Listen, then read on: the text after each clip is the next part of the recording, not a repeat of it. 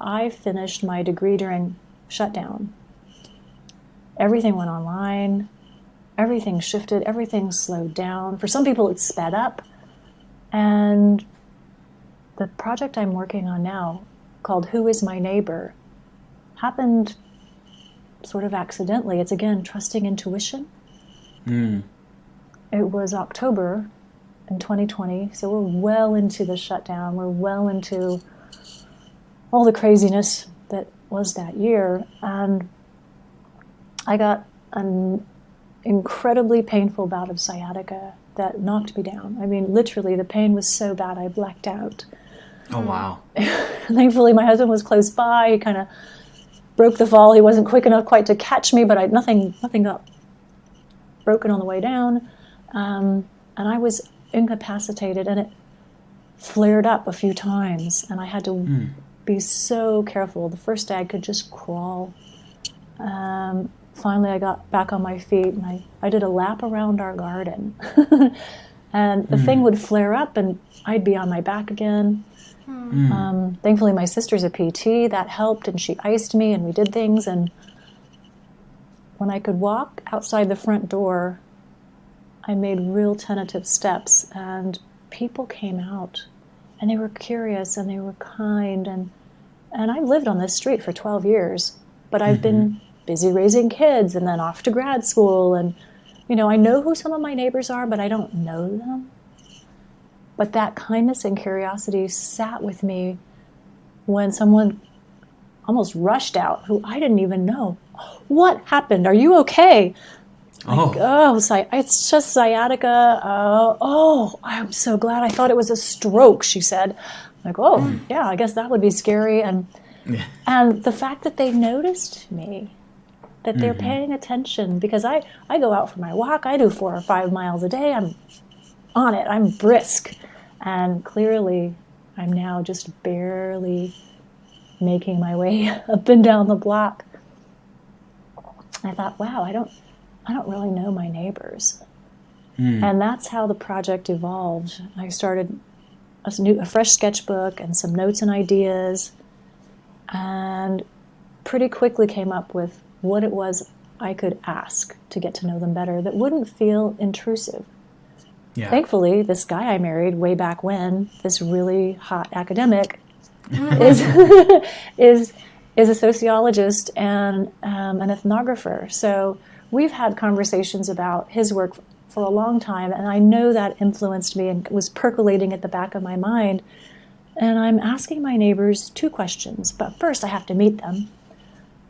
I like living alone in my studio, working on my little projects and reading and walking by myself. I'm energized by my alone time. So just the hurdle of saying hello with a little bit more in mind was a stretch. But say hello, introduce myself if we haven't already met.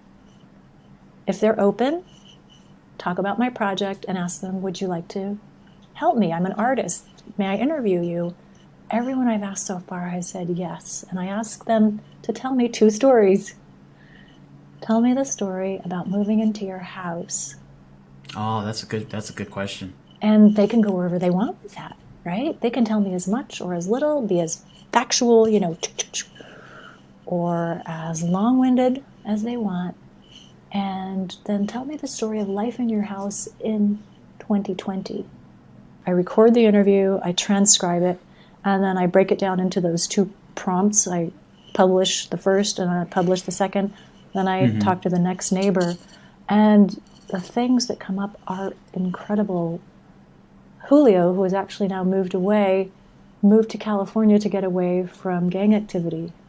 Oh, wow. In New York City. And he did time at Rikers Island before he moved to leave that life. It was just an amazing story he told me.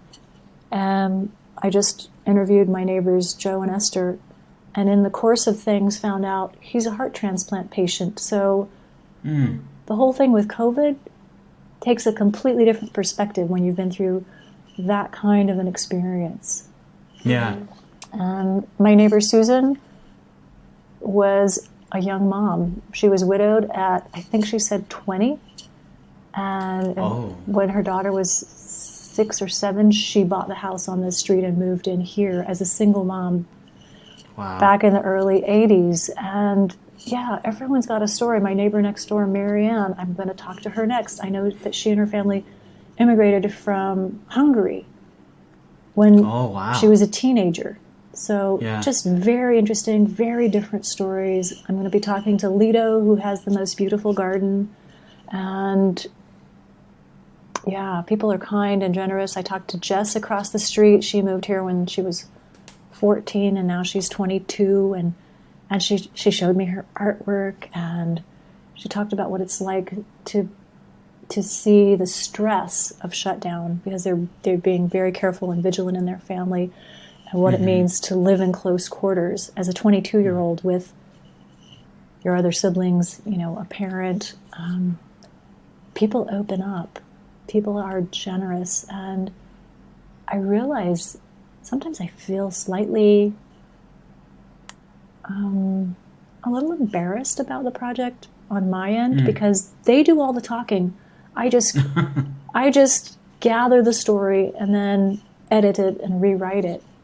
I use a lot of direct quotes, but it finally the penny dropped, and I realized, oh, but wait, this thing that I do is an art practice. It's a socially engaged art practice with a very high relational aesthetic, and what makes it unique is this collaboration between me and my neighbors.